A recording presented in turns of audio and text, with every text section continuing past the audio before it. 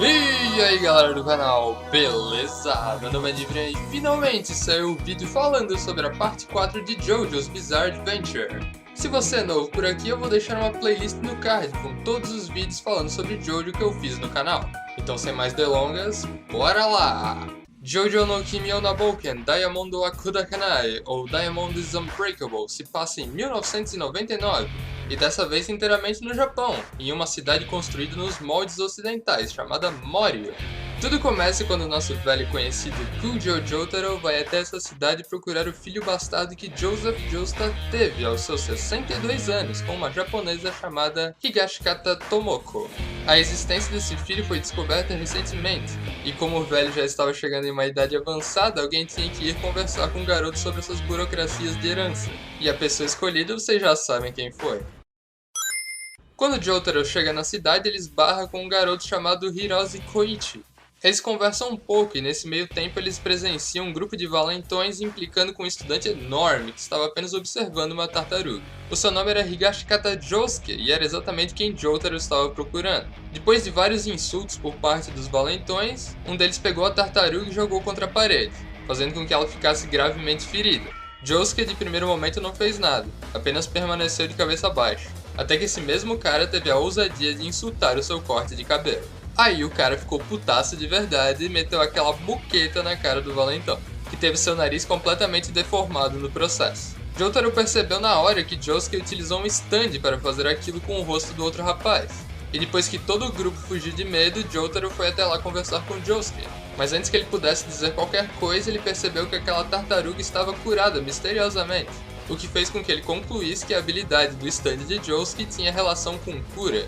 Os dois então finalmente conversaram. Entretanto, no meio do caminho, Jotaro acaba insultando o cabelo de Josuke sem querer, o que faz com que eles briguem, o que na verdade serviu só para o Jotaro explicar o que são stands para o Josuke. Então depois disso, Jotaro revela a Josuke que não era só para isso que ele estava ali, pois ele tinha uma foto que indicava que algum usuário de stand perigoso estava escondido naquela cidade. E é aí que a história começa. Um pouco mais pra frente na história, eles descobrem um artefato que seria a chave por trás dos mistérios dos stands. Agora, que artefato é esse e como ele funciona, só assistindo pra saber. Agora vamos à minha parte favorita, as curiosidades musicais do arco. Mas antes um adendo, existem muitas referências de bandas nesse arco. Então para que isso aqui não fique muito longo, eu vou citar apenas as melhores, na minha opinião. Começando pelo protagonista e seu stand Crazy Diamond, que é uma referência à música Shine on Your Crazy Diamond, do Pink Floyd. E essa não foi a única referência a Pink Floyd não, tiveram outras duas, como por exemplo o stand Echoes e o meu favorito, o stand Atom Heart Father, que é uma referência à música Atom Heart Mother. Agora saindo de Pink Floyd e indo para a banda Queen, que também teve 3 referências. Porém dessa vez todas elas são referentes ao mesmo stand. E as músicas são Killer Queen, Sheer Heart Attack e Bites the Dust, que é uma referência à música Another One Bites the Dust. É impossível falar isso sem cantar. Agora vamos a algumas músicas de outras bandas que nomeiam stands, como por exemplo Highway Star, do Deep Purple, Actang Baby, do U2, Heaven's Doors, que é uma referência à música Knocking on Heaven's Doors, do Bob Dylan. Mas não foram apenas nomes de músicas que Araki utilizou para batizar os seus stands. Os nomes de várias bandas também apareceram, como por exemplo Pearl Jam, Red Hot Chili Peppers e Superfly. E agora eu vou fazer algo diferente. Eu vou primeiro falar sobre a minha opinião sem spoilers, e depois eu vou falar sobre os melhores momentos do arco. Assim mesmo você que não assistiu pode saber mais ou menos o que eu achei. Então vamos lá. Bom, pelo que eu percebo, a parte 4, assim como a parte 3, é um divisor de águas. Porque quem queria porradaria desenfreada e grandiosidade acabou se decepcionando um pouco.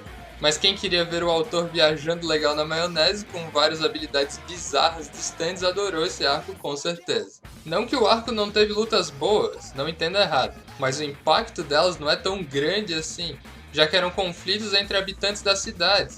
E o grande vilão não era um vampiro centenário, nem uma criatura milenar que queria conquistar o mundo inteiro. Então depende mais do que você estava esperando do arco mesmo. Eu particularmente gostei bastante, e pra mim até o momento é o meu favorito. muito por conta da loucura do autor mesmo, porque eu acho esse um elemento muito legal. Então se você curte esse lado da história, o que eu imagino que você curta, pelo menos um pouco, já que você assistiu 74 episódios até chegar aqui, você vai curtir. Talvez não tanto quanto eu, mas você vai gostar, isso eu tenho certeza. Pronto, agora que eu já dei a minha opinião, está na hora de entrarmos na zona de spoilers e comentarmos as cenas mais marcantes do arco, pelo menos na minha opinião. Se você não assistiu, eu sugiro que pare o vídeo por aqui e volte quando terminar. Então pra quem fica, bora lá! Eu vou começar aqui citando o episódio 13, que é aquele onde o Josuke e o Joseph começam a interagir pela primeira vez, e acabam por encontrar aquele bebê invisível. Esse episódio é muito bom porque ele mostra um pouco do laço de confiança entre os dois crescendo ao longo do episódio. Principalmente na cena final, onde o Joseph se corta no rio para tentar ajudar a encontrar o bebê que tinha caído lá dentro. E claro, eu também não posso me esquecer da cena da loja dos produtos infantis, onde o Joseph ficou sendo enrolado pelo vendedor e acabou comprando um monte de coisa pela conta do Josuke ainda por cima. No episódio 16 teve aquela batalha épica entre o Jotaro e o Josuke contra os ratos de esgoto que tinham estantes que atiravam balas corrosivas. É muito engraçado de pensar que uma das batalhas mais tensas do arco foi justamente contra dois ratos de esgoto. Mas foi um episódio muito massa. Então chegamos no episódio 21, que é quando Kira Yoshikage é finalmente apresentado pra gente. E esse também é aquele episódio onde o Shigechi rouba um saco de pão, onde ele tinha escondido uma mão dentro. Só que logicamente ele não sabia disso, né? Ele pensou que era o sanduba que ele tinha deixado cair no chão. Então o Kira passa o episódio todo tentando recuperar essa mão sem ser vista. O que acabou fazendo um episódio que é uma mistura de tensão absurda com humor, já que é muito bizarro tudo que ele tenta fazer pra conseguir recuperar aquilo. No episódio seguinte a esse também teve a morte do Shigechi pelo Killer Queen, e entre os episódios 23 e 24 ocorreu a luta do Jotaro e Koichi contra o Sheer Heart Attack, que foi uma treta fenomenal, onde o Jotaro se machucou um monte por causa da imaturidade do Koichi. Porém, esses episódios também serviram para construir um amadurecimento dele. Tanto é que no final ele até evoluiu o Echoes pro Act 3, né? Porém, no final do episódio, Kira ainda dá um jeito de fugir e trocar sua aparência utilizando forçadamente o stand da Cinderela. Então agora vamos lá entre o episódio 27 e 30, que é onde acontecem muitas coisas legais.